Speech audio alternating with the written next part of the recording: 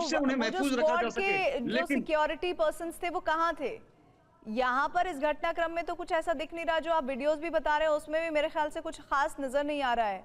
वो जो सिक्योरिटी जिसे आप वाई श्रेणी की बता रहे हैं, ऐसा कुछ दिखा आपको तस्वीरों में?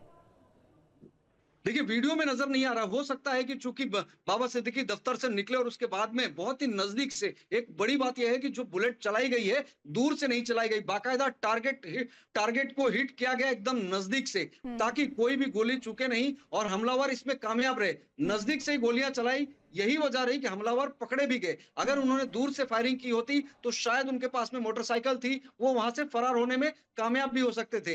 अब सवाल ये होता है कि जो पुलिस कर्मचारी थे, जो सुरक्षा में तैनात थे, वो कहां थे?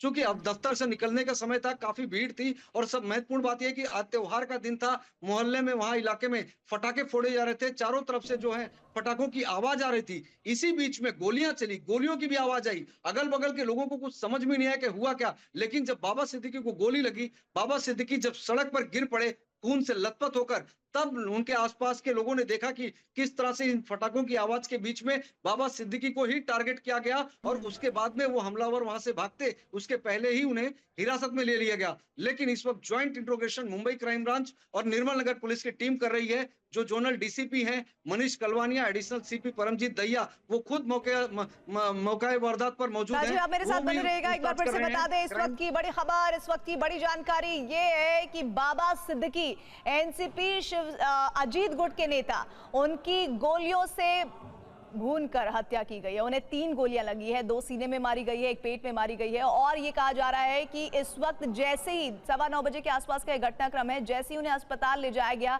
वहीं डिक्लेयर कर दिया गया था कि उनकी मौत हो गई है।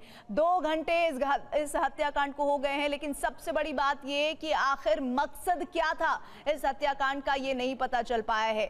2 शार्प शूटर्स की बात की जा रही है, जिसमें कहा जा रहा है कि एक उत्तर प्रदेश का है, एक हरियाणा का है। और जिस तरह से टारगेटेड अटैक किया गया है, ये शार्प शूटर हो सकते हैं। सोर्सेज हमारे ये कंफर्म कर रहे हैं। हमारे सहयोगी राजीव बता रहे हैं कि 9:15 बजे ये जो घटनाक्रम हुआ है, ये एसआरए प्रोजेक्ट में विवाद चल रहा था 5-1 सालों से। उस विवाद के चलते हो सकता है कि इस हत्याकांड को, बाबा सिद्दीकी के इस हत्या को अंजाम दिया गया हो।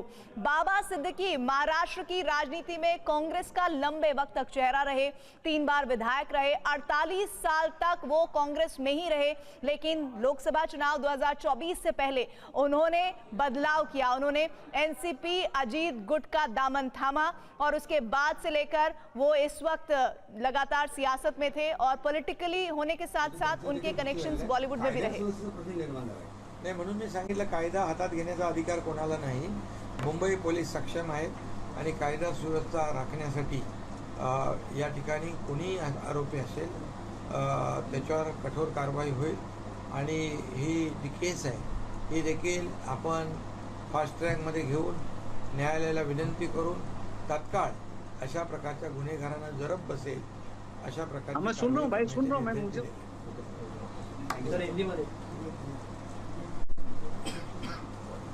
एक्स मिनिस्टर बाबा सिद्दीकी, इन पर जानलेवा हमला हुआ था। दुर्भाग्य से उनमें उनकी मृत्यु हुई है, ऐसी खबर है। और ये बहुत ही दुर्भाग्यपूर्ण घटना है, दुखद घटना है। और इसमें 2 आरोपी अरेस्ट है, ऐसा पुलिस कमिश्नर भंसालकर जी ने मुझे कहा है। और 1 आरोपी फरार है। ये दोनों, एक हरियाणा और उत्तर प्रदेश का है। तीसरा आरोपी की जो फरार है उसको पकड़ने के लिए पूरी पुलिस की टीम, क्राइम ब्रांच काम कर रही है और उसको जल्दी पकड़ा जाएगा। और ये तीनों के ऊपर कड़ी कार्रवाई हो जाएगी। कानून व्यवस्था बनाए रखने के लिए सरकार पूरी तरह ऐसे आरोपी, ऐसे गुनहगारी को वहाँ पर रोक लगा के। मुख्यमंत्री एकनाथ शिंदे को आप सुन रहे थे, जो ये बता रहे हैं कि महाराष्ट्र की पुलिस सक्षम है, वो जल्द ही हमलावरों के पीछे का चेहरा सामने लेकर आएगी और साथ ही उन्हें न्यायपालिका पर यकीन है, उन्हें न्याय, बाबा सिद्दीकी को न्याय जरूर मिलेगा। लेकिन सबसे बड़ी बात यह कि त्योहार का दिन, विजयदशमी का पर्व, जब आमतौर पर सड़कें वीरान नहीं होती हैं, सड़कों पर लोग चलते हुए नजर आते हैं, कोई मेला देखने जा रहा होता है, कोई रावण दहन देखकर वापस लौट रहा होता है, ऐसे में 9:15 बजे के आसपास का वक्त, आज छुट्टी का दिन है, 9:15 बजे जब बाबा सिद्दीकी अपने बेटे जिशान के दफ्तर से बाहर आए थे, ये देखिए ये आपको हम स्पॉट दिखा रहे हैं, वो इलाका दिखा रहे हैं जहां पर बाबा सिद्दीकी को गोलियां मारी गई हैं और ये उनके बेटे जिशान के दफ्तर के बाहर की तस्वीरें हैं। जैसे ही वो दफ्तर से बाहर निकले वैसे ही हमला किया गया है। बांद्रा वेस्ट की ये घटना है और यहाँ पर ही उनके ऊपर टारगेट किया गया और जैसा हमला हुआ है ये साफ नजर आ रहा है कि ये शार्प शूटर्स का ही काम है।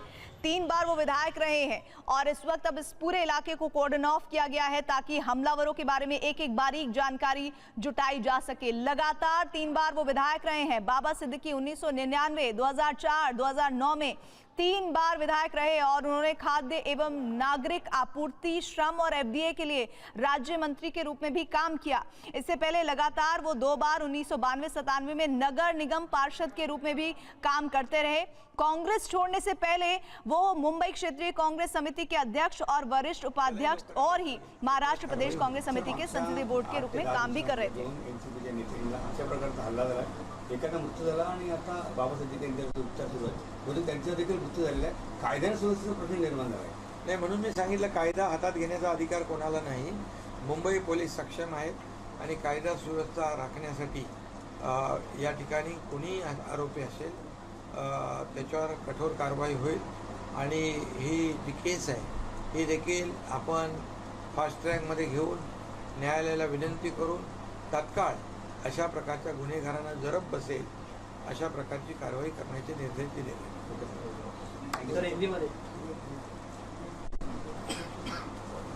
एक्स मिनिस्टर बाबा सिद्दीकी इन पर जानलेवा हमला हुआ था। दुर्भाग्य से उनमें उनकी मृत्यु हुई है ऐसी खबर है और ये बहुत ही दुर्भाग्यपूर्ण घटना है, दुखद घटना है और इसमें 2 आरोपी अरेस्ट है ऐसा पुलिस कमिश्नर फंसालकर जी ने मुझे कहा है और 1 आरोपी फरार है। ये दोनों एक हरियाणा और उत्तर प्रदेश का है। तीसरा आरोपी की जो फरार है उसको पकड़ने के लिए पूरी पुलिस की टीम क्राइम ब्रांच काम कर रही है और उसको जल्दी पकड़ा जाएगा और ये तीनों के ऊपर कड़ी कार्रवाई हो जाएगी। कानून व्यवस्था बनाए रखने के लिए सरकार पूरी तरह ऐसे आरोपी, ऐसे गुनहगारी को वहाँ पर रोक लगा के। तो एकनाथ शिंदे मुख्यमंत्री महाराष्ट्र के, उनको आप सुन रहे थे, जिन्होंने कहा है कि इस मामले में बहुत ज़्यादा सख्त तरीके से कार्रवाई होगी।